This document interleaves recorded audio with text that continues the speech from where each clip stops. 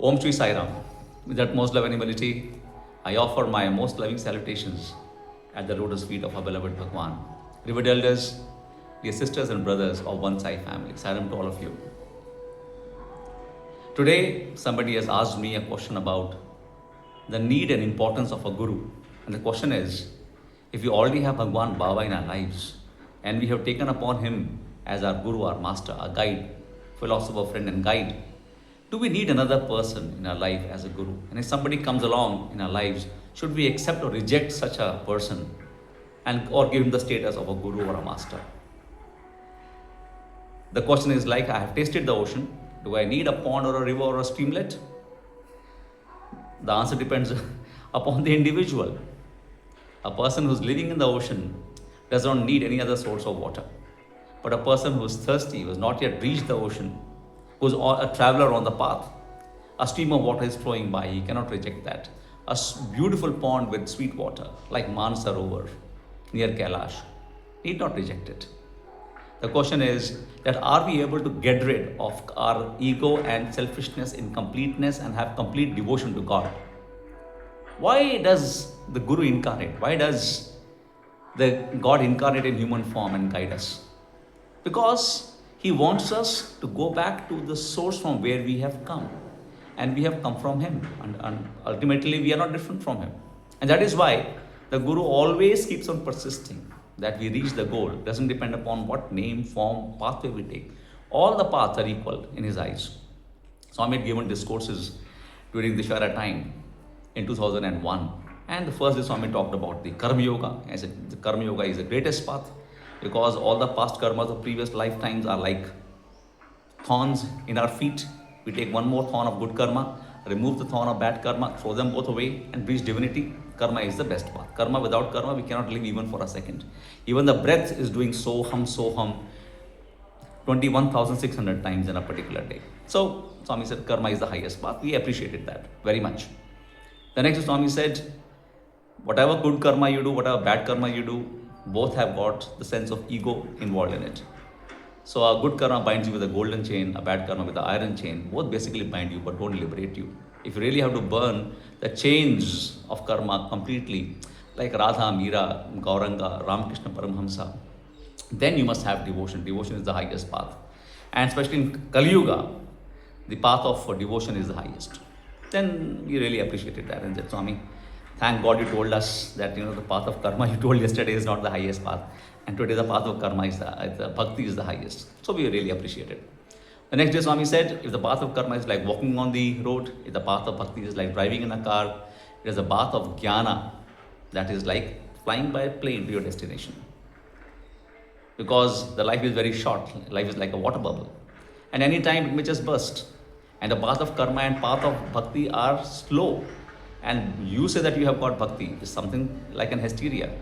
Who has got the devotion of Prahlada? Who will drink the poison like Meera? Who will leave everything and only think about Krishna like Radha? So we say that we have devotion, but it is some kind of an hysteria, but not real devotion, Swami said. And that is where the path of jnana, where you say Ham Brahmasmi Soham Tattvamasi Shivoham. That is the greatest path, like flight to your destination. That is why the path of jnana is the highest. Oh my God, thank God Swami told us that the path of karma and bhakti are not the highest. And then the next day Swami told us about the Ashtanga Marga. He says, you cannot reach the jnana directly. You have to have the yama, niyama, asana, dharana, dhyan, samadhi. So there are eightfold path to the salvation. So this is the highest path. You said that you will be able to reach the ninth story without climbing the first or second. It is impossible. The Ashtanga Marga is the highest.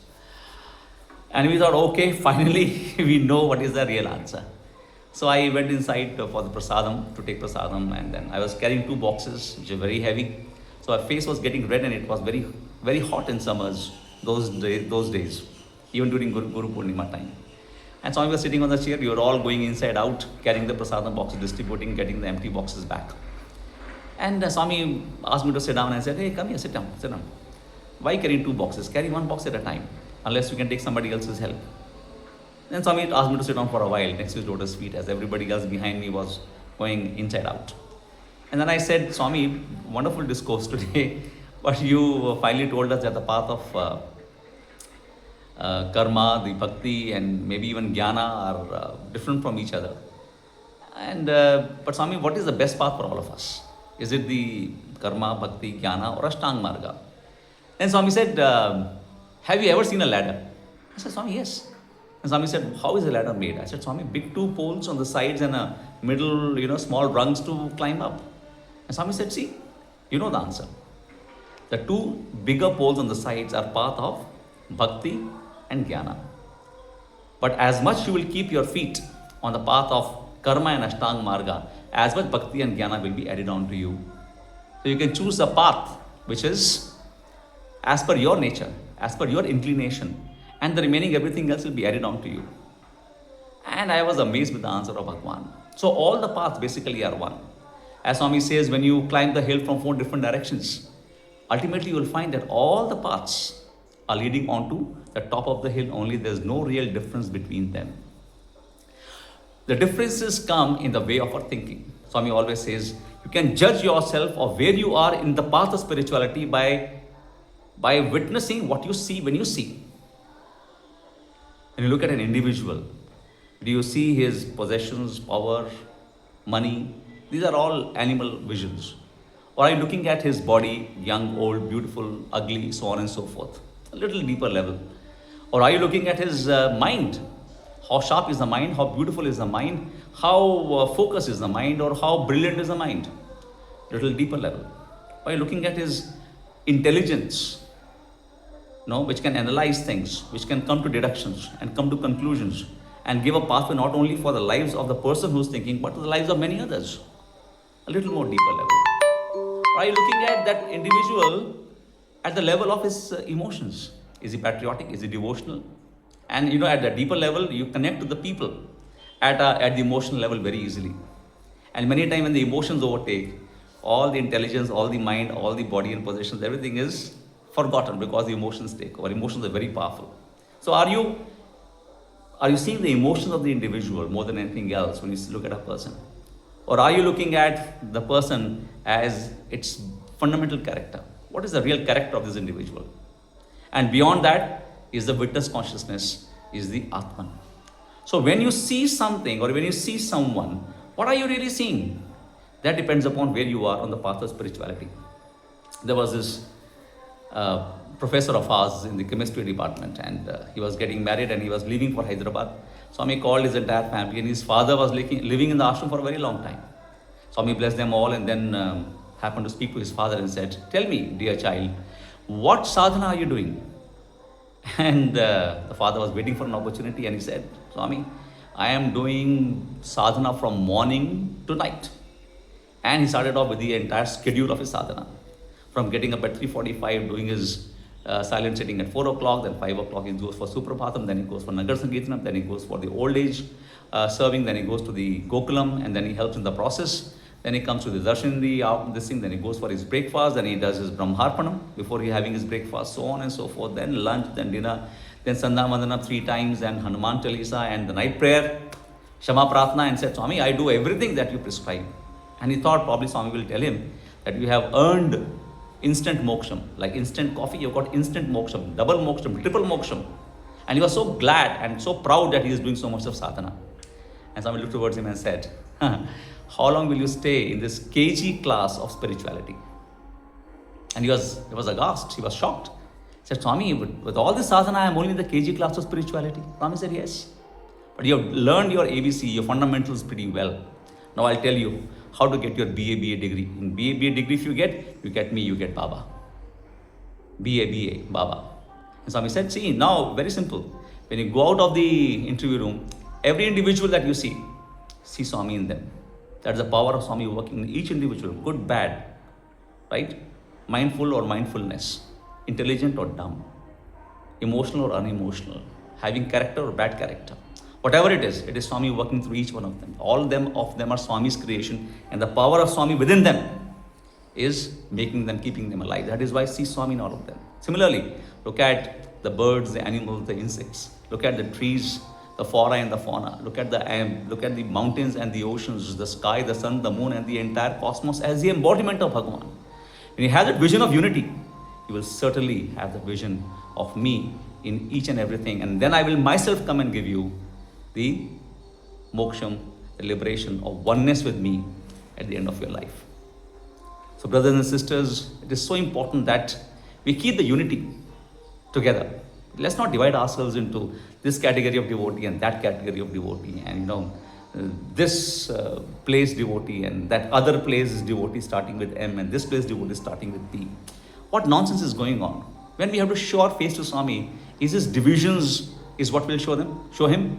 What will be answer at the end of the day when you go and see Swami face to face? And Swami says, see, you have no divinity because divinity starts with unity, and that leads to purity, and then only you can have divinity. You don't even have unity. What else can you achieve in terms of, you may give big lectures, you may declare yourself as the most ardent devotee of Bhagwan, but in the eyes of Swami, he knows exactly who you are. If you have no unity, the feeling of unity, you cannot have purity, and you cannot even think about divinity at all. And that is what is happening today in Satsai Seva organizations. It is very strange. I wanted to go to certain countries. I was invited. I cancelled my tickets.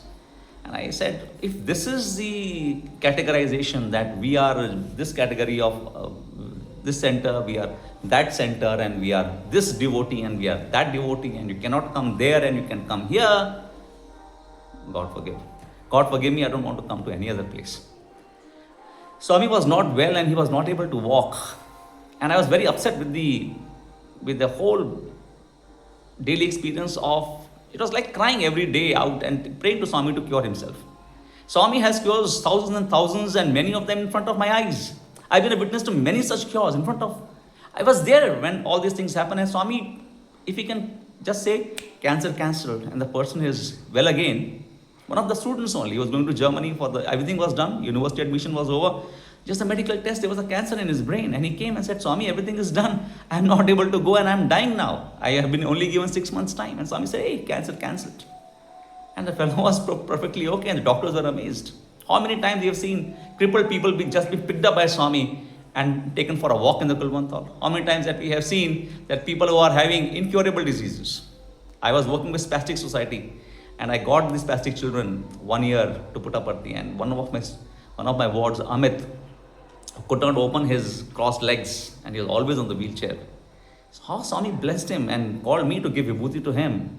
And then that fellow's legs opened. It was a miracle. At least he was able to hang his legs on the wheelchair, which was impossible medically. But it happened right there in front of my eyes. And I said, Swami, and Swami would come for darshan, and I would be very, very upset and about seeing Swami in the wheelchair. I could not really bear it. And I would say, Swami, when will you cure yourself, Swami? When will you cure yourself? Please get up, Swami, this drama is enough. And Swami would always say, this body has come for the devotees. What you require is unity and purity. If you have unity and purity, then Swami will walk again. You must pray in unity, and then something will happen. And so I said, Swami, how can I do that? It is beyond my scope of, creating the entire devotees to come together and pray for your wellness. But Swami, I am praying, ardently. And Swami said, do you know what is the meaning of Swami's body? And I said, Swami, everything is included in Swami's body. The whole universe is Swami's body. And Swami said, yes, that is true. But when I came down on earth, I have created the Sri Satya Sai Seva organizations. And that is why this body of mine is represented by Sri Satya Sai Seva organizations, which unfortunately is totally suffering from ego and desires. And Swami said, you go and remove ego and desires from Satya Sai Seva organizations, and Swami will walk again. And that is why I really wanted to go to certain places where I was invited, so that we can foster this unity, we can foster this divinity and purity in our own hearts, and become one SI devotees and work together to complete his mission. Work together to be humble participants in his divine mission of bringing the Sai's golden age on earth. Unless we have that, not only is Swami's body crippled, we are also crippled in our mind, body and emotions. With that kind of a crippling effect of disunity and impurity in our hearts, can we ever think of reaching Bhagwan? Can we ever think of being one with him? Can we ever think of being his instruments? It is impossible. Sisters and brothers, let's all remember that the pathway to God is through unity first, then purity, and then divinity. So let us remove all ego and desires from our lives and become one with Swami at the end of this life forever and ever. Jai Sai Ram. Jai Sai Ram to all of you.